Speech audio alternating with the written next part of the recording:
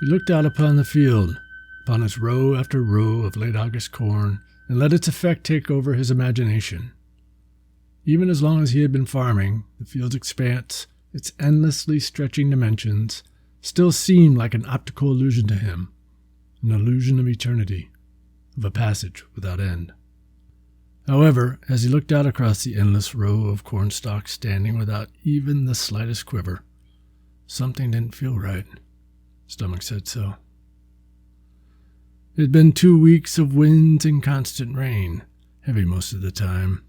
Today was finally clear enough for him to get back on his tractor and do some work other than pushing manure around in the barn.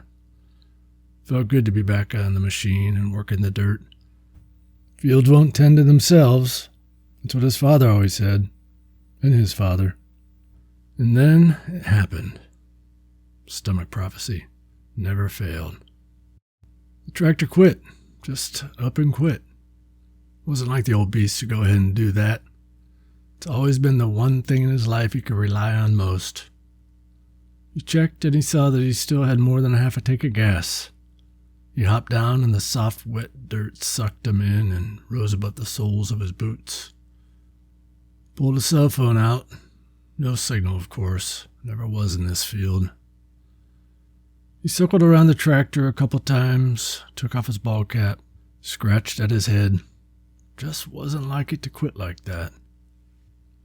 The soft, wet dirt was cold, and it made him cold as it soaked into the back of his shirt. He didn't want to have to be down there, but he didn't have a choice since there was nothing under the hood that looked amiss.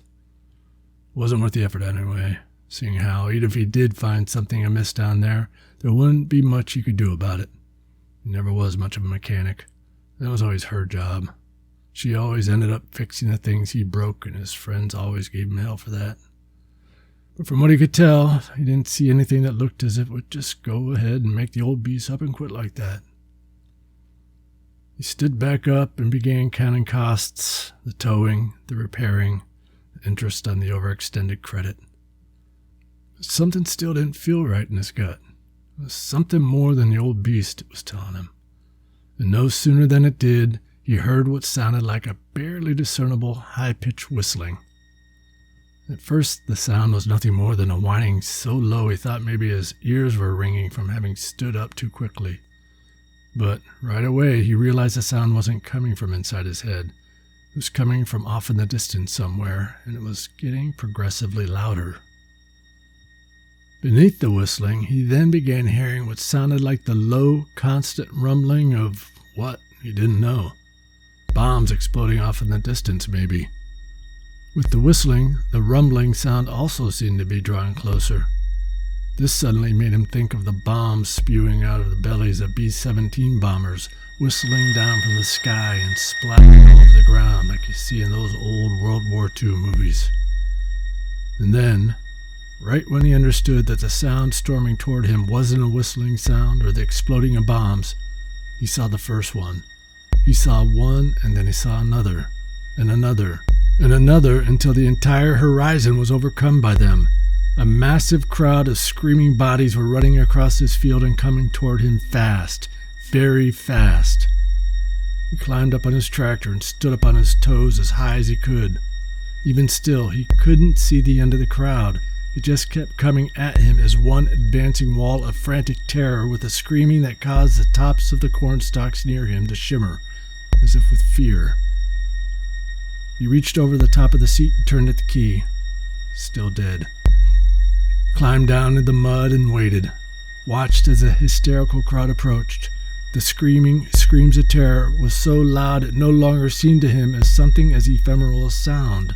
It seemed tangible now, as if he could swipe at it through the air and come up with handfuls of it. His crop was ruined, no question about that. This made him think of the Bible, of its hellfire and brimstone, and of its locusts bringing their apocalyptic destruction, frightening things that he learned in Sunday school as a child. And then the first of the horror was upon him, flashing by him on either side of the tractor, scrambling up and over it, and he knew there was nothing for him to do but to turn and run. Screaming his own high-pitched shrieks of terror, he ran as fast as he could, plowing down corn stalks, tripping over field stones, tearing and thrashing at whatever it was that came before him. He ran and he ran and he ran.